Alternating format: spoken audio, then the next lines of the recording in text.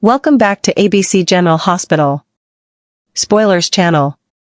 Today we will learn about the issue of 5 absolutely explosive storylines that are about to shake Port Charles to its very foundation this December. The drama is reaching fever pitch as multiple characters find themselves on collision courses with destiny, and the fallout promises to be nothing short of spectacular. Buckle up because what's coming will leave viewers gasping at their screens. Jack Brennan's world crumbles. Jack Brennan has always prided himself on maintaining control over even the most chaotic situations. But December brings a crisis that threatens to unravel everything he's carefully constructed. The root of this catastrophe traces directly back to Valentine Cassidy's daring prison escape, an event that has sent shock waves through Port Charles's power structures. Valentine's freedom isn't just a simple jailbreak kit. Represents a calculated move that could expose Brennan's carefully hidden machinations and destroy the carefully balanced house of cards he's been building for months. But here's where things get truly explosive. Brennan has severely underestimated the fury of a protective mother. Carly has discovered the unthinkable truth about Brennan's covert recruitment of her beloved daughter, Jocelyn Jacks, into the dangerous world of the WSB. This isn't just any secret. It's a betrayal that cuts to the very heart of what Carly holds most sacred. Imagine Carly's rage when she pieced together the clues, realizing that this man had deliberately put her daughter in harm's way without her knowledge or consent. The woman who has faced down mobsters, survived countless near-death experiences, and protected her family with the ferocity of a lioness now has Brennan squarely in her crosshairs. What makes this situation even more delicious is Carly's strategic alliance with none other than Valentine himself. These two powerhouses joining forces creates an unstoppable combination of cunning, resources, and sheer determination. Valentine brings his international connections and tactical brilliance, while Carly contributes her intimate knowledge of Port Charles's power players and her relentless drive for justice. Together, they're orchestrating Brennan's downfall with surgical precision, and the man remains blissfully unaware that his entire world is about to implode around him. The confrontation brewing between Carly and Brennan promises to be one of the most dramatic showdowns Port Charles has witnessed in years. Sonny's startling revelation. Meanwhile, Sonny Corinthos is about to receive information that will fundamentally alter his understanding of recent events. Kevin Collins finds himself in the uncomfortable position of becoming the messenger tasked with delivering news that will undoubtedly shake the legendary mob boss to his core.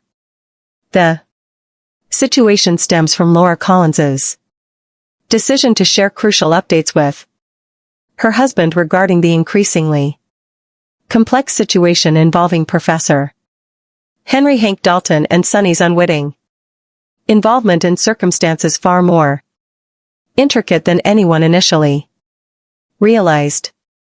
Kevin, being the thoughtful and principled man he is, recognizes the gravity of possessing this information without addressing it directly with Sonny. The psychiatrist understands that secrets left to fester often cause more damage than difficult truths confronted. Heaton. His decision to approach Sonny represents not just professional Responsibility but also personal. Integrity.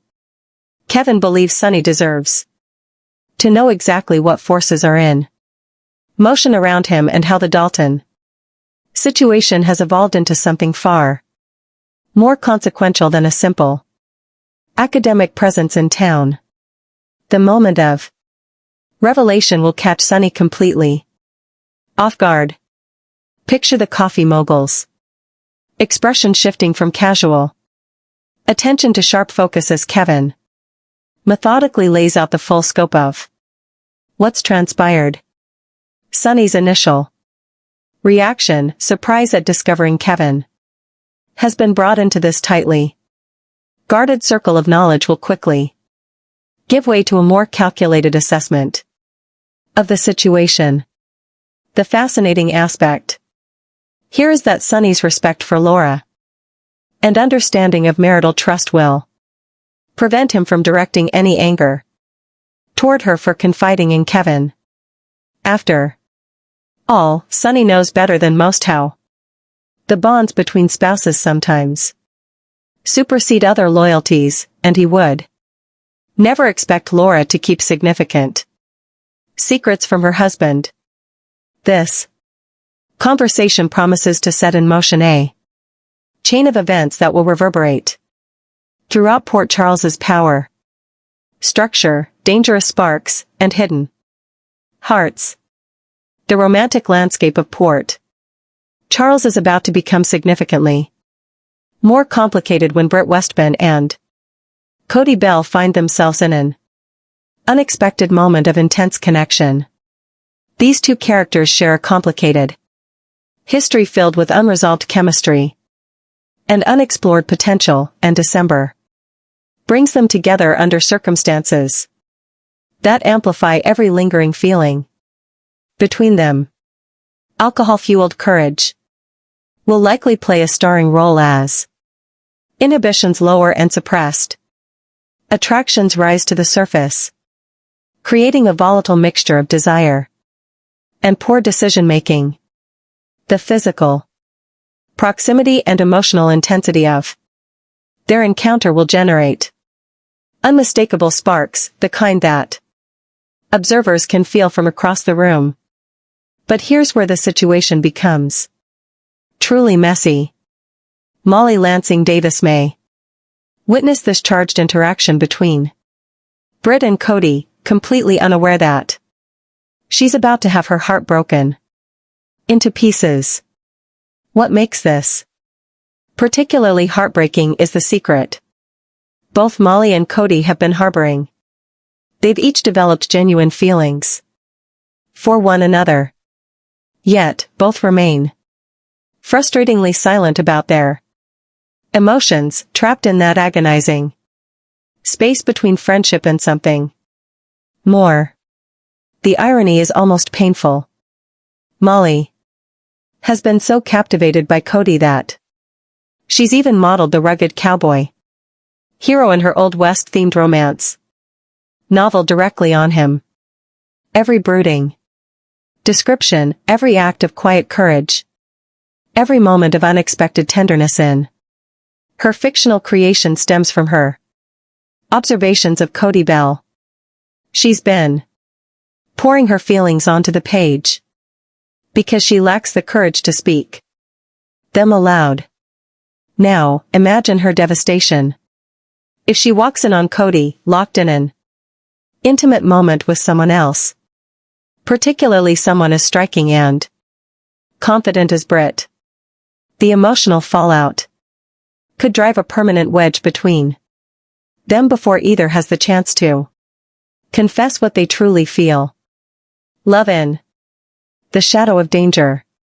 Lucas Jones and Marco Rios appear to be riding a wave of romantic bliss as they take meaningful steps to solidify their relationship.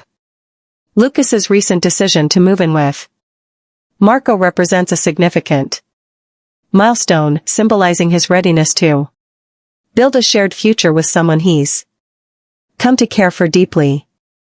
The domestic harmony and growing intimacy between them suggests that even more serious Commitments could be on the immediate horizon and perhaps even an engagement that would cement their bond in the eyes of their community and loved ones. However, beneath this surface of romantic happiness lurks a nightmare waiting to emerge. The truth about Marco's family connections represents a ticking time bomb that threatens everything they're building together. Jen Sidwell isn't just some random criminal operating on the fringes of Port Charles society. He's Marco's father.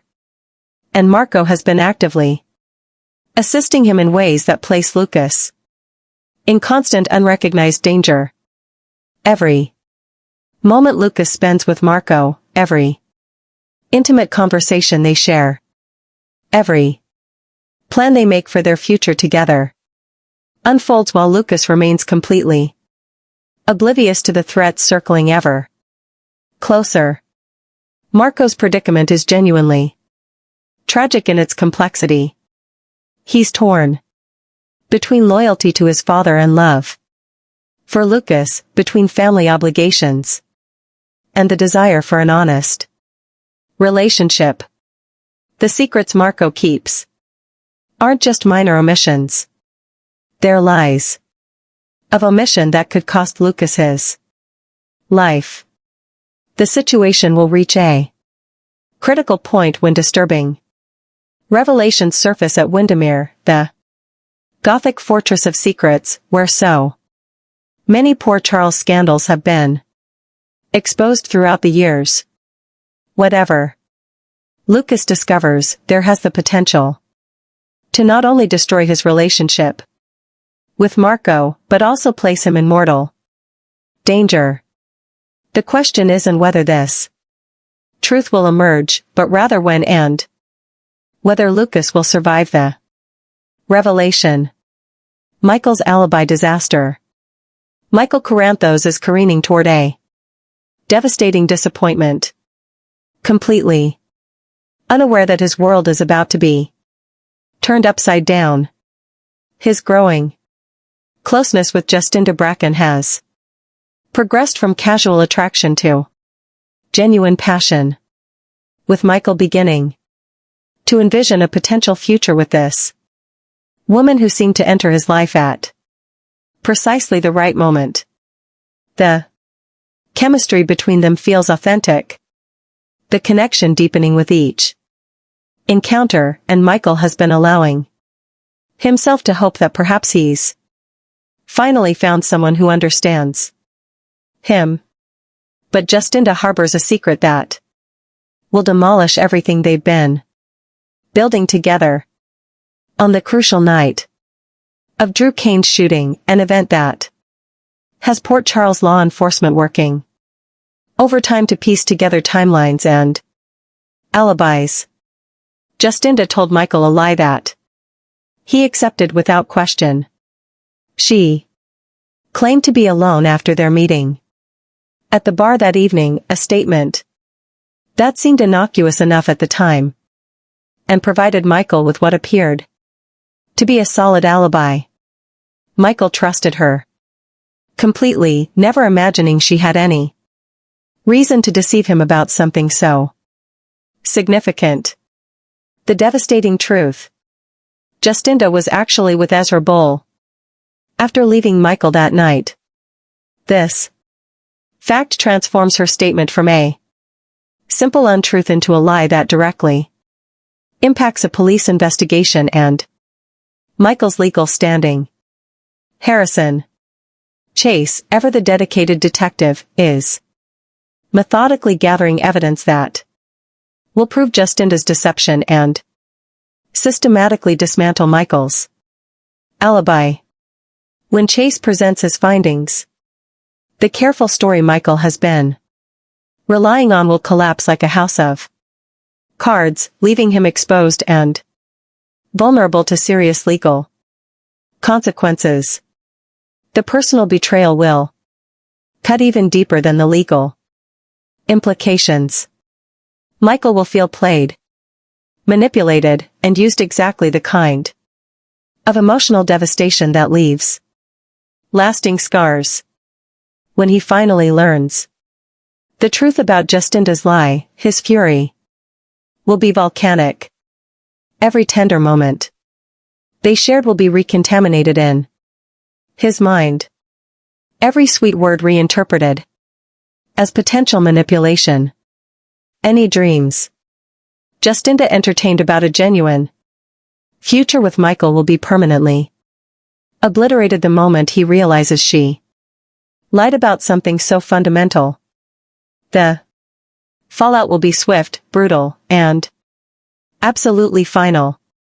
Next, we will learn about the issue of Tracy Quartermain's dangerous secret and how it could completely destroy Brooklyn's marriage to Harrison Chase while potentially sending Michael Current straight to Pentonville prison for a crime he may or may not have committed.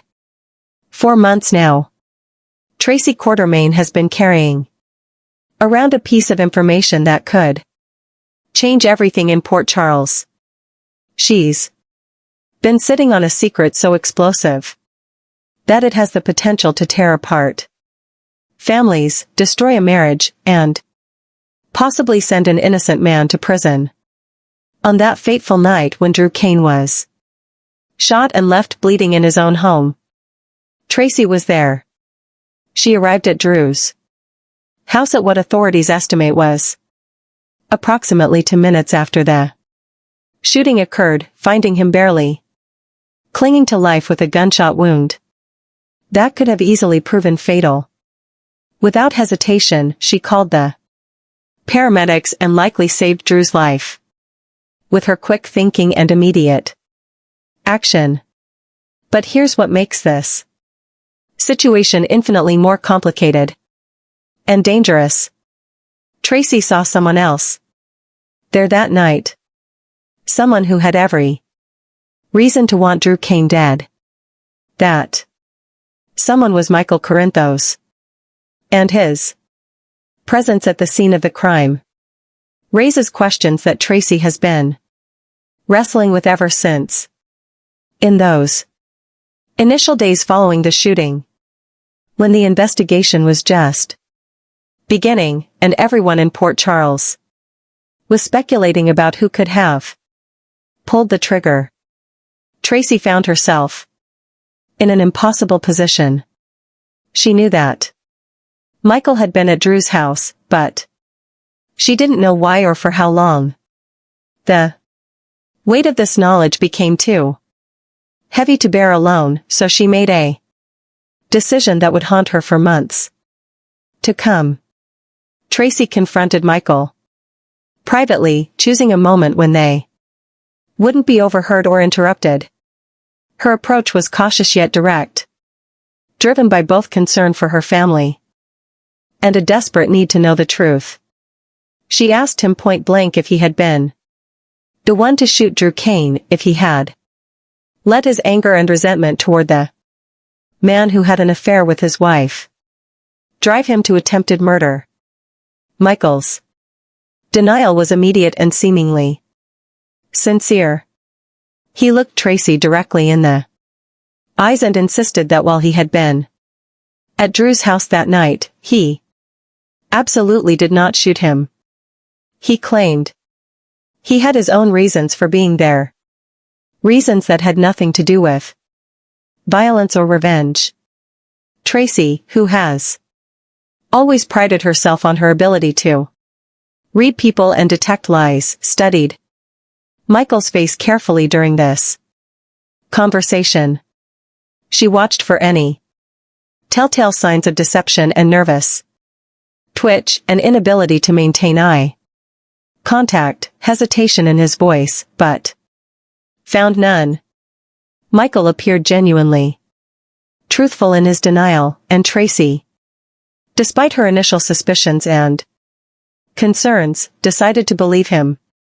She made the conscious choice not to report what she knew to the authorities, reasoning that if Michael wasn't the shooter, there was no point in dragging him into an investigation that could ruin his life and tear apart her family.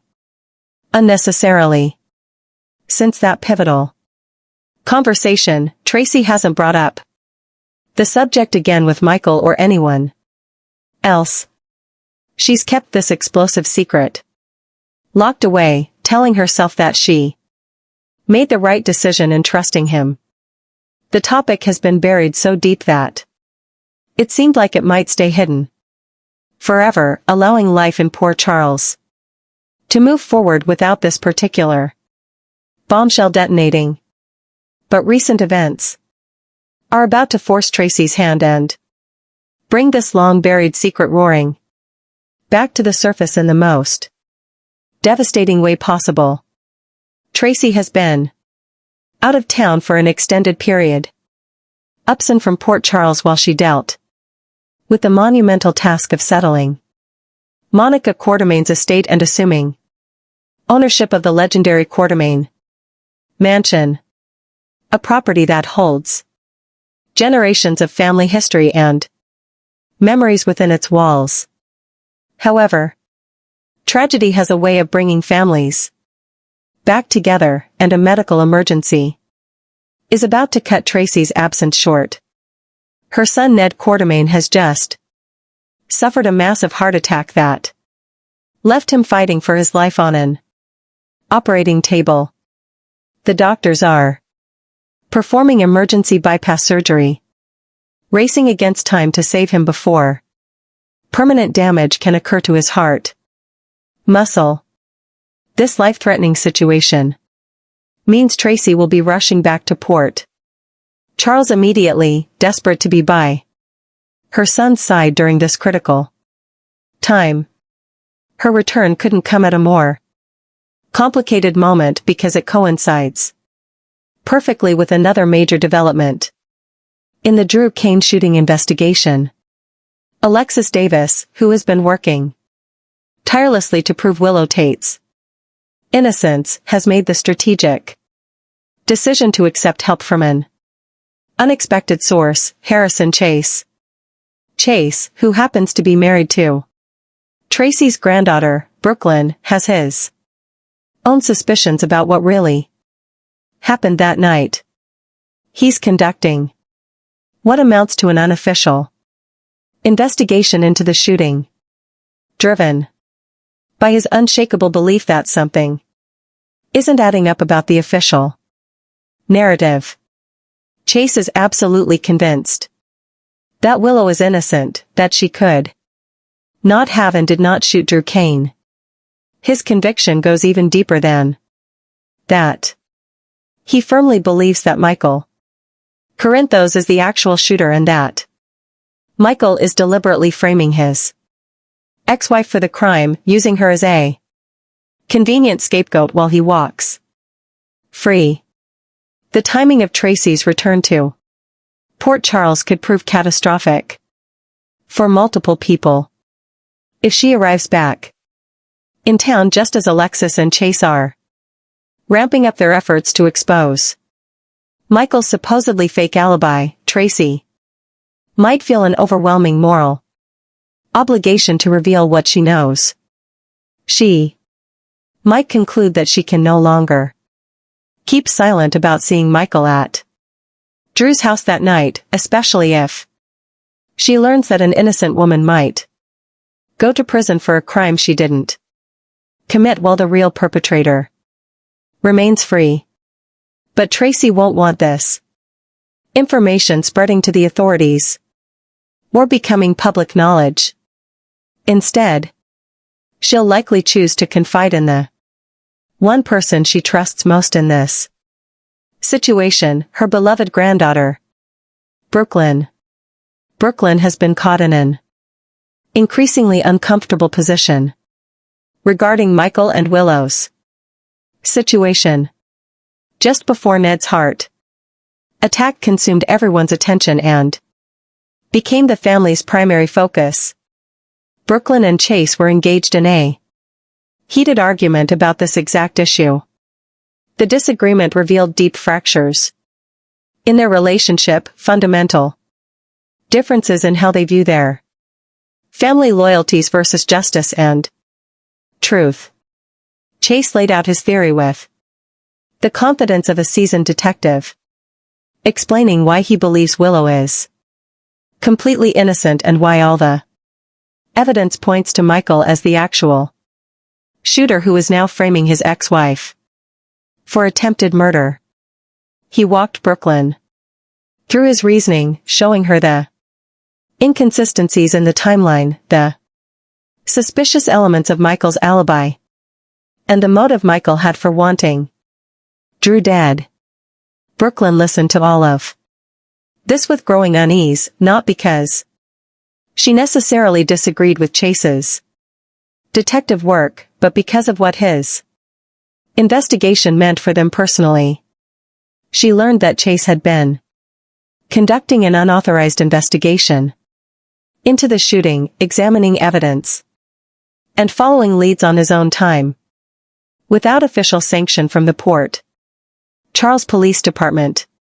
He'd been looking into Michael's whereabouts, questioning witnesses unofficially, and essentially putting his entire career at risk. This revelation left Brooklyn feeling deeply uncomfortable about her husband's willingness to potentially jeopardize everything they built together: his career, his reputation, their financial security, all in pursuit of justice for his ex-girlfriend Willow. The fact that Willow was Chase's former romantic partner added an extra layer of complication to the situation, making Brooklyn wonder if Chase's motivation was purely about justice or if lingering feelings were playing a role in his determination to prove Willow's innocence. Despite her concerns and the tension this issue was creating between them, Brooklyn ultimately decided to let it slide. She didn't push back too hard, didn't demand that Chase abandon his investigation, and tried to support him, even though every instinct told her this was dangerous territory for their marriage. But everything is about to change dramatically when Tracy returns to town. If Brooklyn finds herself preparing to defend Michael and stand firmly against her husband's theory, Tracy might feel compelled to pull her granddaughter aside and share the truth she's been hiding for months. Tracy would want Brooklyn to understand that Chase's suspicions might be more accurate than anyone in the family wants to admit. That Michael could genuinely be as guilty as Chase believes him to be. Tracy's motivation in revealing this secret to Brooklyn would have nothing to do with wanting to harm Michael or see him prosecuted for attempted murder. In fact, Tracy would be horrified if her information somehow made its way back to the police or the district attorney's office. She would never want to be responsible for sending Michael to Pentonville or tearing apart the Corinthos' family. Her intention would simply be to ensure that Brooklyn has all the facts before she makes any decisions about how firmly to support Michael and how strenuously to oppose Chase's investigation. Tracy would want her granddaughter to understand the full picture, to know that there's actual evidence suggesting Chase might be onto something real and substantial. However, this creates an impossible dilemma for